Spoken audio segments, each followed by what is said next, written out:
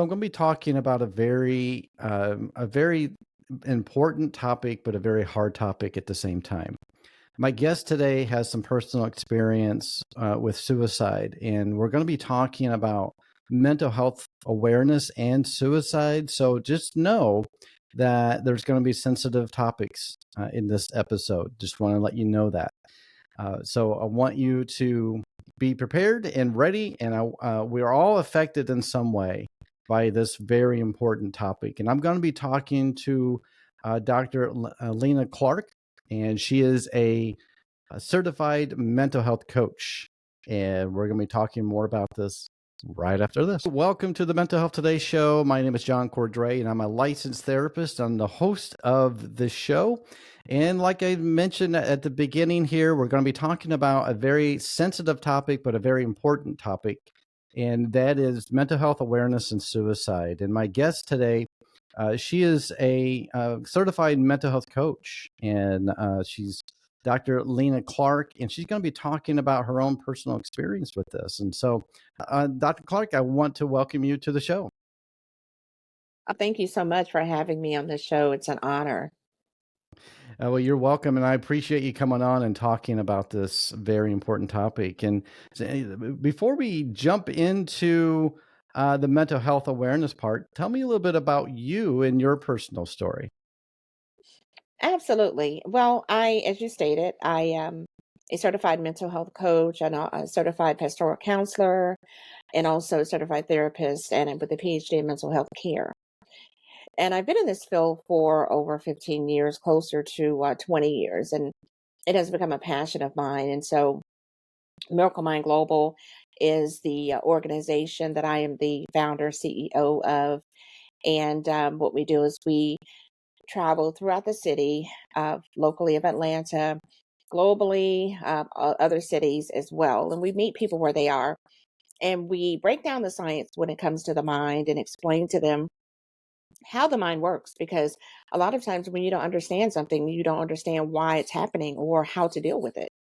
So again, your mind is just like any other part of your body. So what we do is we even do virtual diagrams of certain parts, such as the amygdala and hippocampus and things like that. So that's what we do. And so we also have a plethora of counselors and professionals that are on board as well. And we try to cover every area.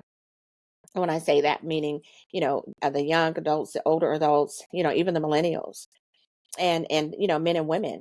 And so we go throughout the community and we have workshops as well. And so we invite the community there and to come out and join us. And so those are just some of the things that we do. We've just collaborated with Harvard, the scientific department, where they actually people have donated their brains for research. Wow. And so, yes, in Boston. And so different companies, we're in Africa, Uganda, South Africa as well. We have ambassadors in those locations. And because more people are becoming aware of the need of mental health, and they just don't understand it, but they are understanding now it's going to affect more people because of what we're going through. And ever since, COVID hit. Hmm. Yeah, you're exactly Yes. right. And so many people have gone through a lot with COVID-19 and Hmm. the aftermath of that, and Yes. the isolation that we all went through, and just those who were experiencing mental health issues before the pandemic, Hmm. going through the pandemic made it even worse. And I love the Yes. fact that your organization really focuses on community awareness and Hmm. having those workshops and Hmm. partnering with Harvard, and being able to get the brains and looking at and doing the research. And that is so important with mental health awareness, is education and Yes. educating those that may not know a lot about mental health, and that you're able to Hmm. do that. And that's fantastic. Yes. Yes, thank you. It is, because people are, it brings them to the table. They're more excited because just like any other physical part of your body, we don't talk about the brain because the brain is complicated and we know that. But again, we want people to understand, okay, this is where certain things come from, depression, anxiety, and you're more able to deal with it on different levels So we give people choices because everybody's on a different level. Yes. That's exactly right. Everyone's at a different level and their comfort level. And Hmm. as much as they want to dive in and learn about the science, or maybe Yes. not. Right. So you Right. you meet them at their level. Yes. Well, Dr. Clark, I know you had mentioned that you have some personal story about Hmm. suicide, and I know we mentioned that we're going to talk about that, and that's a very tragic and very serious but very important topic. Tell us a little bit about your personal history when it comes to suicide. Yes. Well, and I have a book titled, if I can say that, An Amazing Mind. That's that I wrote. And basically, after losing my husband in 2008, I was led to share my story because you never know who's going through what I went through for so many years. And people realize, wow, we never knew you were going through that. You didn't show that, and we didn't think your husband, because it doesn't discriminate. Your social status, economic status, your none of that. And so, being that my husband was an entrepreneur, we built a business, a very great business, and he was an inventor, very smart, had his master's, and working on his doctorate at the same time. But as we know, men don't really open up and they don't talk. And so he tried many other outlets, tried to self medicate. And so those are some of the things that I wanted to talk about, the awareness and the signs to look for. And I miss the signs. And so I'm like, if I can help one person not to look over the signs, because when you're working so close to someone and you're married, or it could be, in a relationship, anyone in the family, a coworker. And you see the signs, but you're like, "Oh, you're going to be okay." Many people told my husband that, "Oh, you're going to be fine," and he reached out, but they didn't take him serious. And so I Mm. didn't know he was diagnosed with depression and schizophrenia, and it was on uh, his maternal side, 3 generations. And so I said, "No, we have children together. I have an obligation. The buck stops here, because I'm not going to allow my kids to carry this on to one day when they get married to their children and then their grandchildren." So I made a point, and so that basically the business, the second business, was birthed out of losing my husband, and so I started over, rebuilt, and didn't even realize that the second business that we were building was dealing with individuals in mental health. But my husband, was able to relate to that, but I never connected the dots. And that's why he started it. I just supported him without asking a lot of questions. I was just there as a support system. So it got to a point where he was tired. And, family was the last person, the last resort that he reached out to, because, again, they rejected him. And so those are some of the signs that I put in there: rejection, especially coming from a male. And, having, the spouses to pay attention, when you see signs of withdrawal, when you see signs of isolation, different behaviors that you see within that individual. And we can't just brush it off because we never know what they're going through. Yes. Well, So, you're exactly right, hmm and I'm really glad that you brought up the signs. And hmm it's never too late to bring something up or have a question. So, if you have a loved one, and maybe you're wondering, well, is this person that seems to be depressed? Seems like they're hmm withdrawing from everything. Don't be yes. afraid to ask. Hey, are you hmm depressed, or are you really struggling with your thoughts? And I think a lot of yes. people, they don't want to. They want to broach that topic because Yes. it's too hmm sensitive. They don't want to offend right. anybody.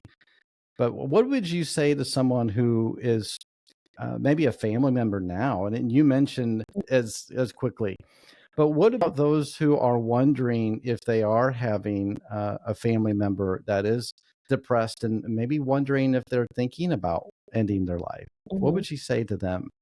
hmm Well, when it comes to family, it's just because you really need someone non-biased, and that's what I realized. Because family, they're not going to go to them because they're afraid of being judged. Because family members know you. Many have known you all your life since birth, and then many times it runs in the family. And so the family, certain members have swept it under the rug, such as my husband's mother at his homegoing. They were like, "Didn't you know?" So I had to start doing my own research. So there was no help for him. from his family because they were sweeping it under the rug. And so, to answer your question, what I would do, if it would basically have to be someone who understands, who's not in denial within that family. If you see the signs, say it's okay not to be okay, because that's the only way you're going to be able to open them up, and get them to talk. Otherwise, it's going to take someone from the outside. But gaining their trust and letting them know, I understand. I go through things. We all go through. And when you share your experiences of maybe not wanting to get up in the morning, maybe bouts of anger or whatever it is, connect to that person, then you're able to draw them in. But otherwise, most of the time they're going to resist because they're afraid of being judged and misunderstood. Yeah, and you mentioned it earlier, especially among men, there is definitely Mhm. stigma and not wanting to let others know how you're feeling. And they're Right. embarrassed or they don't want to admit Mhm. it to themselves, perhaps. Mhm. That's right. And yet it's a very real thing and it happens all the time. All the And time. it is something we cannot deny and we cannot not Mhm. talk about it because it is so prevalent in our Yes, society. It's global wide, isn't it? I'm sure your it is. studies have realized that it's not just in the US, it's in around the world. Yes, it is. It's global. And like you mentioned, the stigma with it when it comes to men, because men were, taught it's different cultures, well, toughen up, you're a man, you swallow it, you can't tell anyone, but they're still human. And especially, a man that has a family and is a head and is a leader, often said, how can we as spouses understand, be able to help you if we don't know what's going on, in your mind? And let's talk about it. And I often share with individuals, even on social media, the first thing on the very top in the group, it says, what's on your mind? So we start talking about it. If we start asking, and letting them know, okay, and being more comfortable that it's okay to talk about it. And it actually does not mean that you're not, that it emasculates a man. It makes you stronger because you are opening up. When you hold things in, many men have been traumatized from childhood, and they're hurting. And again, it's not fair. You ask yourself, is it really fair to the person I'm with? No. So these are some of the things. We have men in mental health conferences as well. And many men are coming forward to the conferences to say, because most of the time there's not a platform for men to come and talk. And so being that I experienced it, I said, okay, no, this is something that is much needed. So I'm just encouraging men to share what's on your mind because we need the men. And so if they're not standing up, how can we support you? I love that.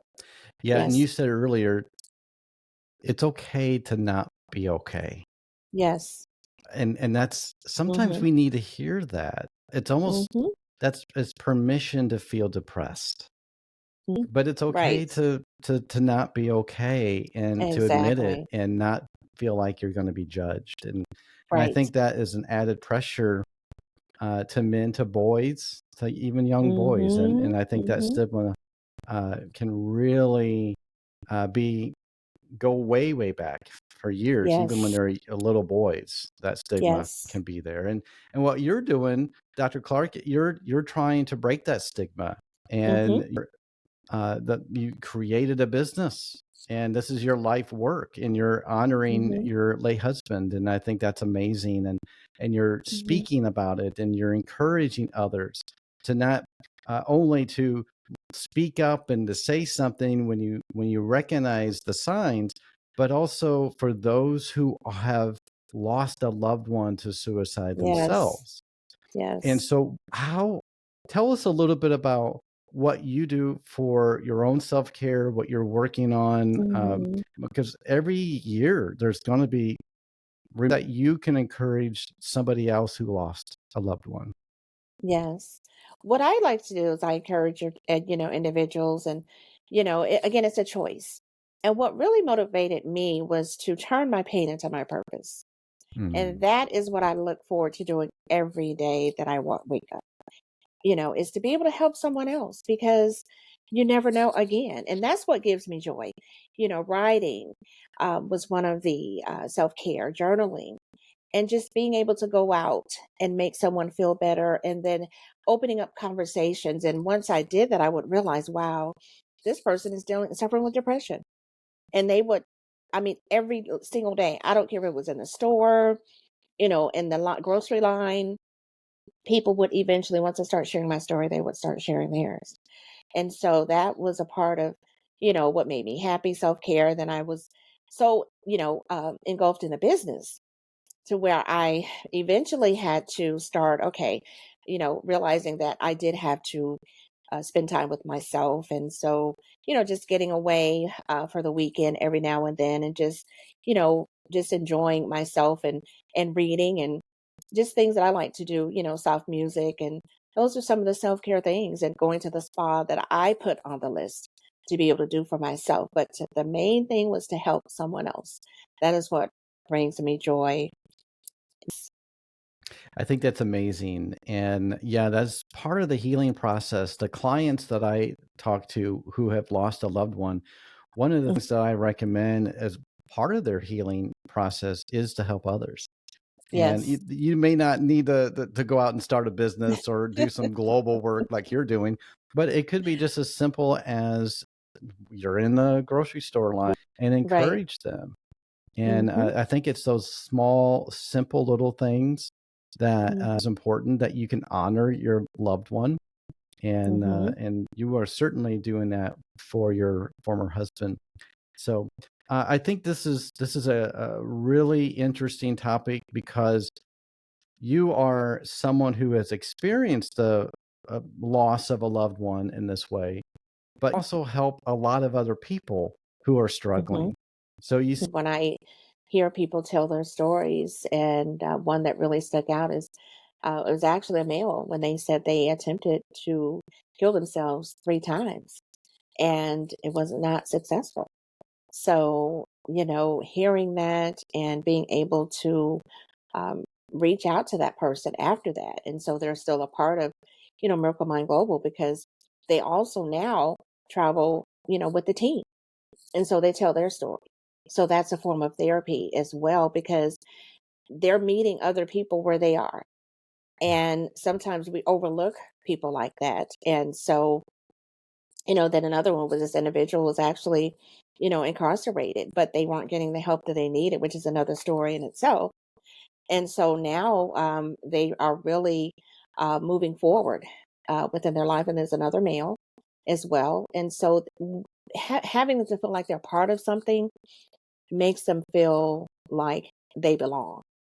And so those are some of the phenomenal stories. And those are the main two that really, stick out because I said, you have a purpose. If you attempted 3 times and you're still here, you're here for a reason.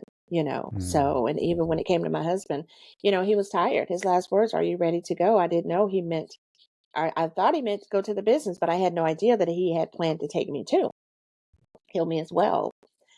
And God kept Wow. me here for a reason. So, yeah. So, and that reason is to do what I'm doing. And I found out that was my purpose, you know, um, along with, what I went through as well. So that it was a sacrifice. It took that in order for me to get confirmation that this is what I'm supposed to be doing. Mm. Yes.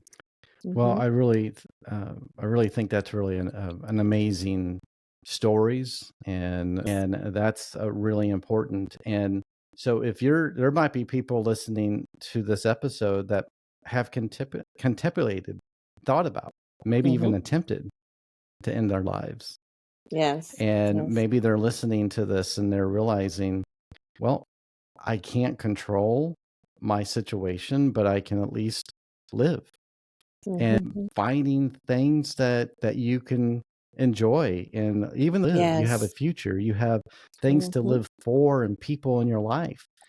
But it's in Hmm. that moment, and those very big dark moments that people are very serious about ending their life. That's where it really is important to remember, and that you have a future and you can turn the pain that you're in currently into passion. Yes.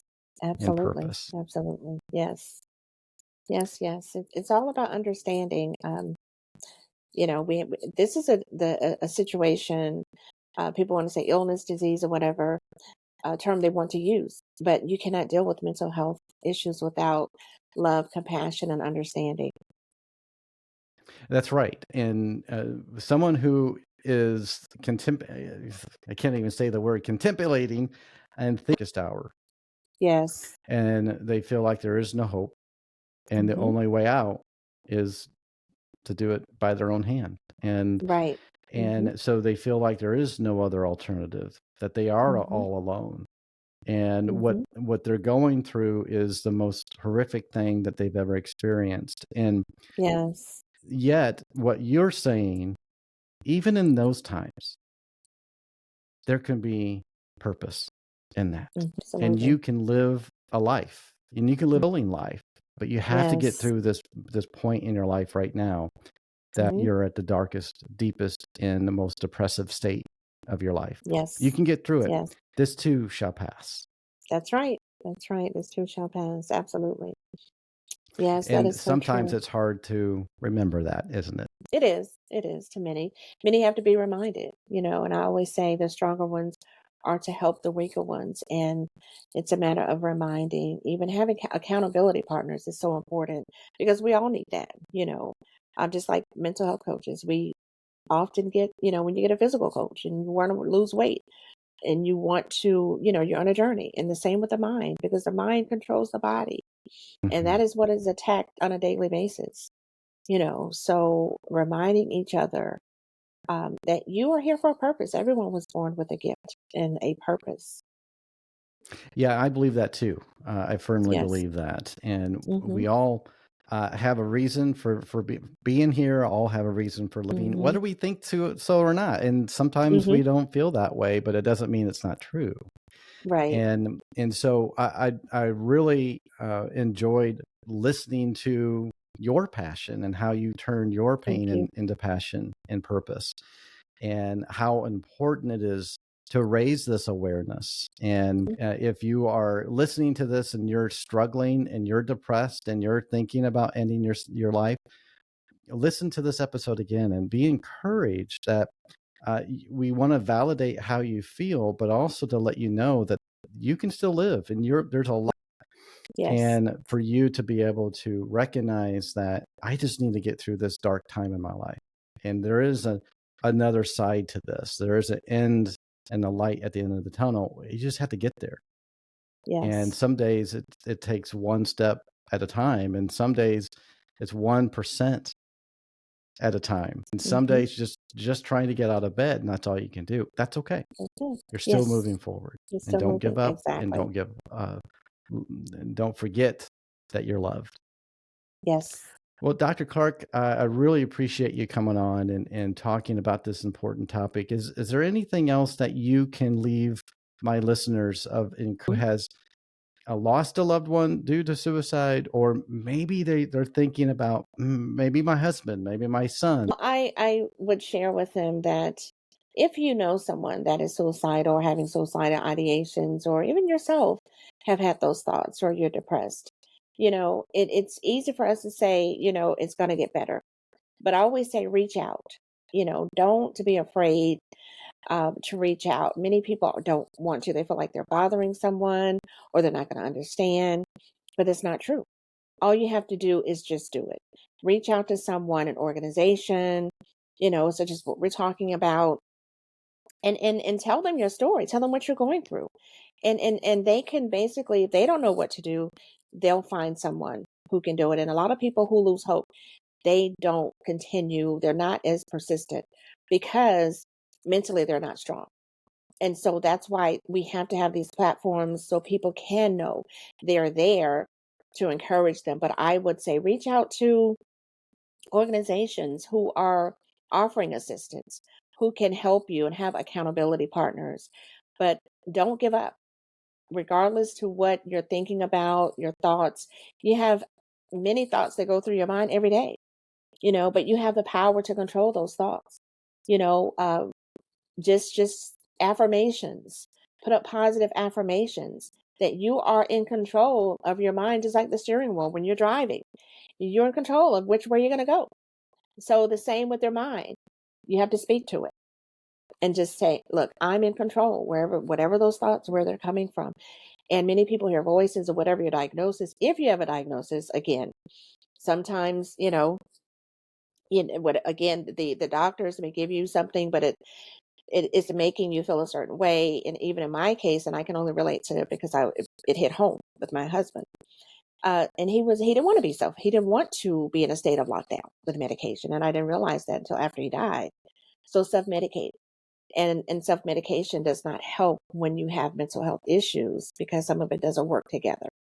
So my thing is to reach out to someone. Everyone doesn't need a psychiatrist or a psychologist. Some people just want a coach or a therapist or a friend, someone to hold their hand. And that's what we're here to do. Miracle Mind Global will hold your hand throughout the process. We're not just going to talk about it. We have a POA, we have a plan of action because people want answers and they want people that are going to show that they care, not give up on them. So just connect to someone who you feel comfortable with. Yes, that's what I say. Connect to someone and you'll know who that person is. You'll know. Well, I think that's excellent, and excellent points that you give. And reach out to someone; you're not alone. And I would even you can call or text 988, and that'll take you right to a mental health crisis counselor, and that's Right. 24/7. And Mm-hmm. talking to somebody is really Yes. important. And at the very least, if you're feeling that suicidal, go to the nearest hospital and check. So if you don't feel Mm-hmm. comfortable talking to a friend or a family member, go to the hospital or call or text 988 and talk to a crisis counselor.